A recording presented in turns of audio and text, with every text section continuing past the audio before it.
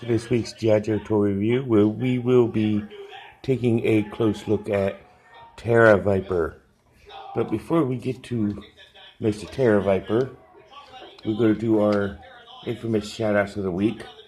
First, back to the media at 41 South Loudon Street here in Winchester, Virginia. You can check them out for all your video game needs and pleasures, dating all the way back to the Atari up to current gaming systems. As you see by that photo here, they got like Nintendo 64 and PlayStation and Xbox all printed on there. And then while you're in the neighborhood, go over to Time Traveler Toys and Collectibles right here in Winchester, Virginia at 115 South Loudon Street, just on the other side of the splash pad of Back to the Media. And go and see Charles and Jack. And they got everything there. I did a walkthrough, so you can see on that walkthrough video some weeks back, so you can check them out. And for your comic book necessities, go over to 80 Wings Lane and check out 4-Color Fantasies, where you got new titles, back issues, role-playing, card supplies, collector supplies, and stuff like that. So go ahead and check them out. And if you're in need of any kind of counseling services, check out Robert C. Brown at Healing Grace Counseling Services, reaching heart and changing lives. And he's at 133 West Boscawen Street, Suite 10. And he's a good listener. He has good sound advice. So go ahead and visit him and check him out. So let's take a look at our guy of the week, Terra-Viper, as we do Viper Month Part 3. And we'll start out with the file card that come on the box of the Moped. Because Terra-Viper is the Moped driver. This is Terra-Viper, and it's got 8126-TV.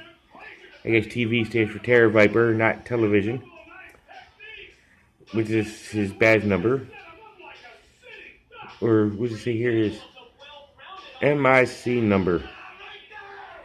And the text reads, Terra-Viper troopers are experts in combat engineering and specialize in undermining and damaging large fortified structures.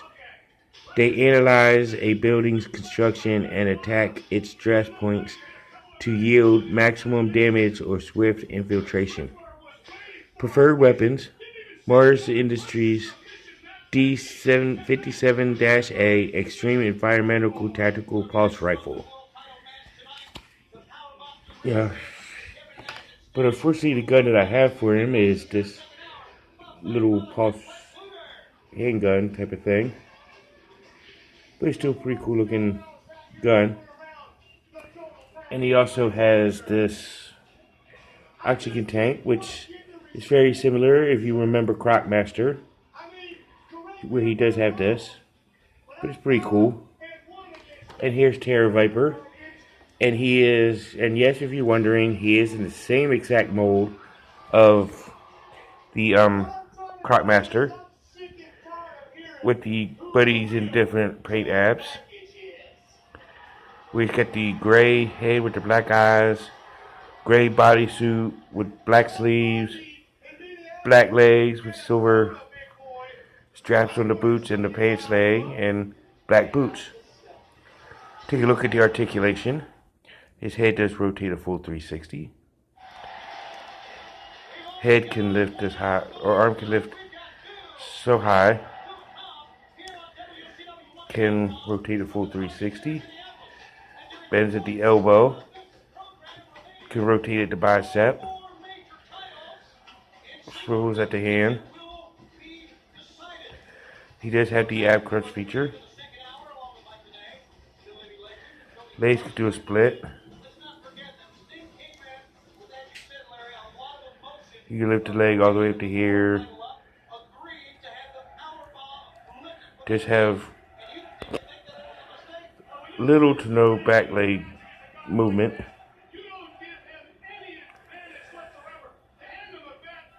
Has a double jointed knee.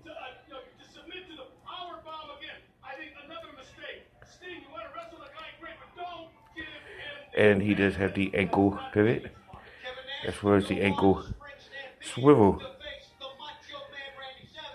And that's the articulation on this guy. So let's take a look at him and his battle gear.